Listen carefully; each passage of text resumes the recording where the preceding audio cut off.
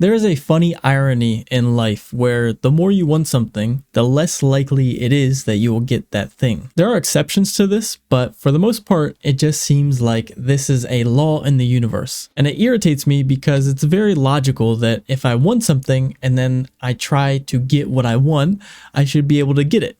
But I've realized the determining factor whether you do or don't get what you want is your emotional attitude towards that thing and how you view yourself without having that thing. You can want something so badly that the thought of not getting what you want scares you, so now you're actually in fear of losing something that you don't even have. And through this emotional attitude, you will almost never get what you want, no matter how hard you try, because you're operating from a place of lack and scarcity. The irony of this is to get what you want, you have to come from a place of abundance, like you already have it. But the reason you want it in the first place is not because you already have it, but because you don't have it.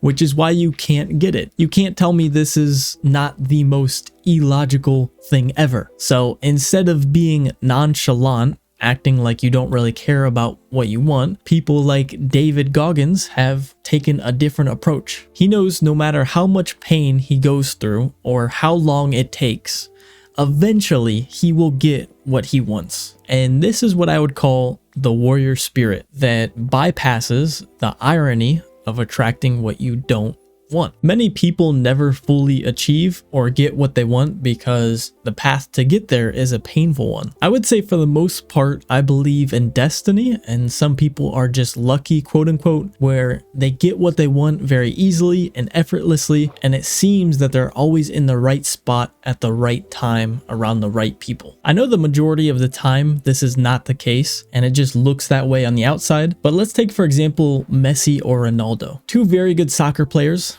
football players. Some would say the goats of the game. And to get where they are today, they had to go through a lot of hard work. But they are also gifted opportunities to play on some of the best teams at a very young age. To me, this seems a bit unfair, because if I wanted to become a professional soccer player now, I would never even get close to getting the opportunities they had, or even let alone having parents that put me in soccer as a kid. My mom put me in baseball, but I did not like playing baseball. So in this way, their life choices and hard work came very effortless to them because they had an environment and connections of people that supported their growth. This is why I would say I believe in destiny, because it's very apparent that Messi and Ronaldo's destiny were to be the best at soccer. But this leaves a bitter aftertaste in my mouth, because I know that some people's destinies come easier than others just because of their environment and people who surround them. I believe it's possible for us to live in a utopia. Not a perfect society, but one where at the very least we work together to solve issues.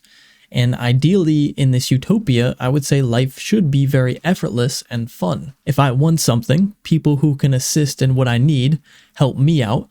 And when they want something, I help them out. It's a very simple, logical, and efficient way of doing things. With all this said, I cannot deny that there is something very special that happens when you go through so much pain to get what you want, and despite the pain, you never give up. It is one of the most liberating experiences you can have, because you gain a wisdom that no one can teach you. No one can tell you what you can or can't do, because you have broken all the limitations you thought were there. When everyone around you was saying it's not possible and your own mind and body are agreeing with them, but you achieved it anyway. This is the beauty of the warrior spirit. The true warrior always has one more in him. He or she knows that past limitations have been broken before, so they can be broken again. And every time you break through these limitations, you gain more feelings of gratitude. You become thankful for the power that you were given to defy all odds. I believe the only limitations we have are the ones we give ourselves. Our capabilities as humans is truly infinite, and if we all realize this, Earth would change in a very big way.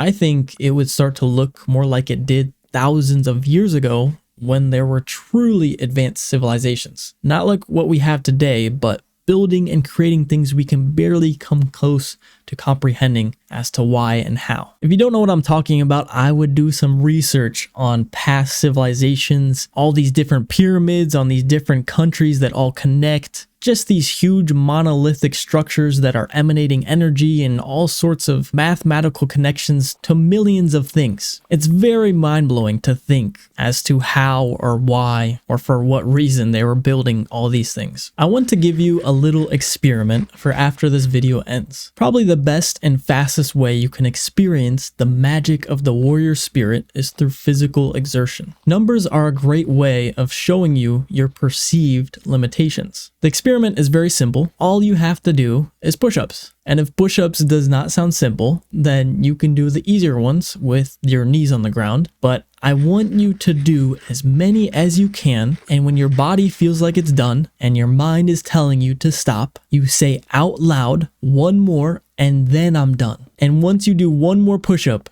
you say it again, and you keep doing one more push-up. It's fascinating how much more we can truly do when we just slightly push ourselves past the finish line. And it's not just about pushing yourself, but finding creative ways of being able to continue to do something past your perceived limits. The feeling of getting knocked down and needing to sit in stillness, trying to think of ways to get up again, and then watching yourself in real time figure it out and actually get up again is a feeling beyond words. This is the warrior spirit, to never give up. I'd love to hear all your thoughts on this, and thanks for being here. I appreciate it, and I will see you in my next video. Bye!